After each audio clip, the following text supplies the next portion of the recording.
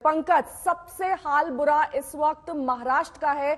जो आंकड़े आ रहे हैं, 985 लोगों की जान गई है। ये भी तब जब लॉकडाउन की स्थिति वहां पर है। किस तरीके से प्रशासन अब इस स्थिति को देख रहा है, क्योंकि इमरजेंसी तो है ही, उससे आगे अब क्या? देखिए, हाल बेहाल है और इसीलिए प्रशासन ने यह फैसला लिया है कि ब्रेक द चेन की जो रिस्ट्रिक्शंस थी उनको नए महीने यानी मई में भी शुरू रखा जाएगा। यानी 15 दिनों का जो लॉकडाउन का रिस्ट्रिक्शंस हैं उसको और बढ़ा दिया जाएगा। अब सिर्फ कोरोना की ही यहां पर मुसीबत नहीं है, वैक्सीन को लेकर जो शॉर्टेज है उससे जो मुसीबत पैदा हो गई है वो हर दिन मुंबई वासियों को परेशान कर रही है। आज एक और दिन लगता है मुंबई वासियों को परेशानी झेलनी पड़ेगी। इस वक्त मैं मुंबई के बीकेसी जंबो वैक्सीनेशन सेंटर में मौजूद हूं। 12 बजे से वैक्सीनेशन का प्रोग्राम शुरू होना है। देर रात बीएमसी ने यह जानकारी दी थी कि करीब 75 ऐसे सेंटर्स होंगे जहां से आज वैक्सीनेशन प्रोग्राम शुरू होगा। उसमें 9 प्राइवेट अस्पताल हैं। अब लोगों को डर है कहीं वो देर से पहुंचे और वैक्सीन आउट ऑफ स्टॉक हो गई तो एक दिन और मुसीबत हो जाएगी। नतीजतन बीकेसी जंबो सेंटर में सुबह सवेरे से ही यहां पर देखिए कितनी लंबी लाइन लग गई है। अब नेहा, सबसे बड़ी डर की बात तो यह है कि ये एक सुपर स्प्रेडर इवेंट बन सकता है, क्योंकि आप खुद देखिए सोशल डिस्टेंसिंग का तो यहां पर पालन हो ही नहीं रहा है और बीएमसी के कर्मचारी यहां मौजूद नहीं है, पुलिसकर्मी यहां पर मौजूद नहीं है जो लोगों को बता सके कि हां अच्छी बात है, ठीक है आपको वैक्सीन लेनी है, लेकिन कोविड अप्रोप्रिएट बिहेवियर तो आपको मेंटेन करना ही पड़ेगा हर हालत में। राज्य सरकार भी कई बार कह चुकी है वो नहीं चाहती है कि वो वैक्सीनेशन सेंटर्स यहां पर स्प्रेडर्स सेंटर्स बन जाए, लेकिन फिलहाल ग्राउंड जीरो पर स्थिति जो है वो आपके आंखों के सामने है। कल भी हमने देखा था गोरेगांव स्थित नेस्को सेंटर के बाहर भी यही हाल था। लोग सुबह 7 बजे से खड़े थे वैक्सीन लेने के लिए, 12 बजे तक उनको वैक्सीन नहीं मिल पाई और उसके बाद बोर्ड लगा दिया गया कि वैक्सीन आउट ऑफ स्टॉक। लोग गुस्साए हुए हैं और आज भी ऐसा ही ना हो इसलिए आप देखिए सुबह सवेरे से यहां पर लंबी लाइन लगा दी गई है। मैं जब से मैंने बात करना शुरू किया है मैं तब से चल ही रहा हूं और ये लंबी लाइन है जो खत्म होने का नाम नहीं ले रही है। 12 बजे से प्रोग्राम शुरू होने वाला है। वैक्सीनेशन ड्राइव 12 बजे से शुरू होगी। 75 मुंबई में सेंटर्स हैं जहां पर यह प्रोग्राम चलाया जाएगा। 9 उसमें प्राइवेट सेंटर्स हैं, लेकिन लोगों के मन में डर कितना बैठा हुआ है ये आपके सामने है। ठीक है, लौटूंगी मैं आपके पास। इस बीच कुमार अभिषेक हमारे संवाददाता लखनऊ से हमारे साथ जुड़े हुए हैं। कुमार, आप लगातार नजर बनाए हुए हैं, कैसे मामलों में इजाफा हो रहा है? ये तक कहा जा रहा है कि उत्तर प्रदेश आंकड़ों के मामले में काफी हद तक अब दिल्ली और महाराष्ट्र को भी पछाड़ सकता है। किस तरीके के इंतजामों में अब थोड़ा सा इंप्रूवमेंट या फिर सुधार, ऐसी कोई स्थिति बनी है क्या?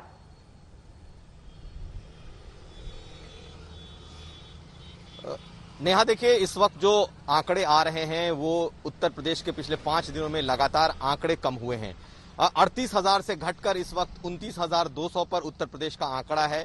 लखनऊ का भी जो आंकड़ा है वो पिछले 5 दिनों में लगातार घटा है। वो 6,000 से घट करके इस वक्त 3700 के आसपास लखनऊ का आंकड़ा बना हुआ है। लेकिन एक बात और है कि जो टोटल टेस्टिंग होती थी उस टेस्टिंग में भी कमी आई है। 1,86,000 टेस्टिंग प्रतिदिन इस वक्त हो रहे हैं 3-4 दिनों से, जबकि ये पहले 2.25 लाख तक होता था। लेकिन एक और बात आपको बता दें कि जो कोरोना से एक विधायक की मौत हुई है 2 दिन पहले बरेली में, उनका एक लेटर सामने आया है और उन्होंने केंद्रीय स्वास्थ्य मंत्री से मांग की थी कि उन्हें मैक्स में जगह दी जाए। मैक्स में जगह नहीं मिल पाई, उन्हें यथार्थ हॉस्पिटल में जगह मिली, हालांकि उनकी मौत हो गई और पिछले ये 3 दिनों में 3 विधायकों की मौत हुई है। तो आप अंदाजा लगा सकती हैं कि इस वक्त अस्पतालों की क्या स्थिति है। सरकार का दावा है कि लोगों को बेड अब धीरे धीरे मिल रहे हैं, लेकिन अभी भी अगर आप अस्पतालों के बाहर देखें तो बेड की किल्लत है, ऑक्सीजन की किल्लत है। हालांकि कुछ हद तक सरकारी अस्पतालों में सिर्फ रेमडेसिविर की किल्लत दूर होती दिख रही है। लौटूंगी मैं आपके पास। कुणाल हमारे संवाददाता सब तमाम जानकारी के साथ दिल्ली से जुड़ गए हैं। कुमार, आप तमाम कोविड केयर सेंटर्स पर गए, मेकशिफ्ट अरेंजमेंट्स किए जा रहे हैं, आपने वहां का रियलिटी चेक किया है, आपको पता है कि वहां पर जमीनी हकीकत क्या है, किस तरीके से वहां पर लंबी कतारें लगी हैं, कोई सुध लेने वाला नहीं है, कोई एडमिशन देने वाला नहीं है। हालांकि आंकड़ों के मुताबिक बेड्स अवेलेबल है, अरविंद केजरीवाल भी ये कह चुके हैं, दिल्ली सरकार भी बार बार ये कह रही है कि जितनी जरूरत है उससे ज्यादा बेड्स अवेलेबल है, लेकिन हकीकत क्या है?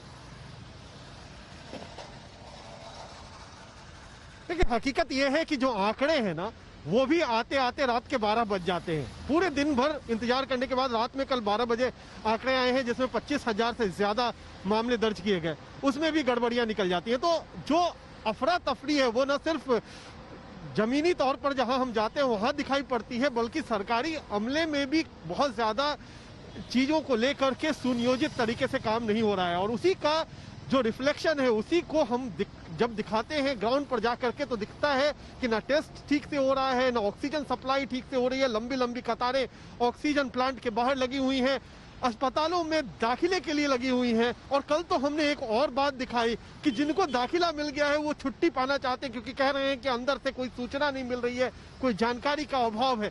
तो इस तरीके से स्थिति तो अभी भी बहुत ज्यादा जिसको कहिए कि कंफर्टेबल नहीं कही जा सकती है।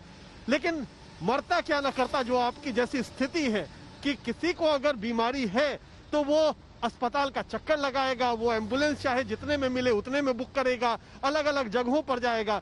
लेकिन स्थिति भयावह अब भी है, आंकड़े कम नहीं हो रहे हैं, मृत्यु दर बढ़ती चली जा रही है, शमशानों में लाइन लगी हुई है, कहीं पर भी किसी को भी राहत नहीं नजर आ रही है। यह दिल्ली का हाल है। और इसी तरीके से जो तमाम एनसीआर के शहर हैं, चाहे नोएडा हो, गुरुग्राम हो, फरीदाबाद हो, गाजियाबाद हो, हर जगह तकरीबन यही वस्तु स्थिति बनी हुई है। और यही वजह है कि जो लोड है पूरे हेल्थ इंफ्रास्ट्रक्चर पर वो बढ़ता चला जा रहा है। लोगों को दाखिला नहीं मिल रहा है, दाखिला मिल रहा है तो ऑक्सीजन नहीं मिल पा रहा है। लोगों को कहा जा रहा है अपने सिलेंडर का खुद इंतजाम करें अस्पतालों में। तो ऐसी स्थिति बनी हुई है इस वक्त।